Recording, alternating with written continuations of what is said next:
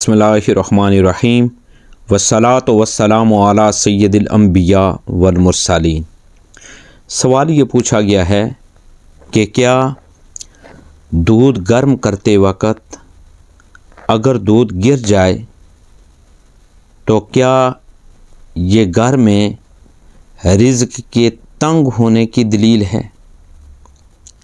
या ये भी पूछा गया है कि बाज़ लोग कहते हैं कि अगर दूध को गर्म करते हुए दूध गिर जाए तो ये इस तरफ इशारा है कि घर में मसाइब व आलाम नाज़िल होने वाले हैं या किसी मुश्किल में जो अहले घर हैं वो पड़ने वाले हैं। देखिए, बहन ने बहुत अच्छा सवाल पूछा है। इसका जवाब ये है कि रिज़्क़ के आने और ना आने का ताल्लुक़ और मसाइब व आलाम और किसी मुश्किल में पड़ने या ना पड़ने का ताल्लुक़ दूध के गिरने से क़त्अन नहीं है। कहीं भी कुरान मजीद फ़ुरक़ान हमीद में और हदीस मुबारका में इसका तज़किरा नहीं मिलता। ये महज़ लोगों की सुनी सुनाई अपनी बातें हैं जिसमें यकीनन नहीं पड़ना चाहिए।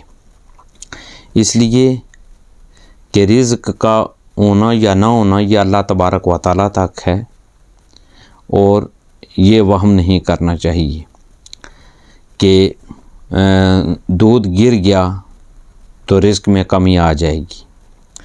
दूसरी बात ये है कि ये भी पूछा गया है कि बाज़ लोग कहते हैं कि मसाइब व आलाम के नाज़िल होने या किसी मुश्किल में पड़ने की तरफ इशारा है, तो ऐसी कोई बात नहीं है।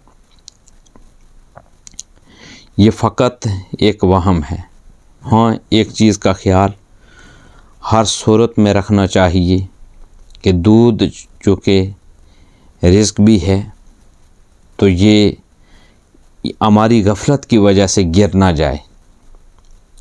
ये वैसे एहतियात करनी चाहिए, लेकिन ये इस तरफ इस बात को ले जाना कि इसकी वजह से घर में रिज़्क़ तंग हो जाएगा, ऐसी कोई बात नहीं है। अल्लाह तबारक व तआला हमें ज़्यादा से ज़्यादा इल्म दीन सीखने और उस पर अमल पैरा होने की तौफीक और हिम्मत अता फरमाए। दीन की बात फैलाना सदक़ा जारिया है। सवाब की नीयत से वीडियो को शेयर ज़रूर कीजिए। जज़ाकल्लाह।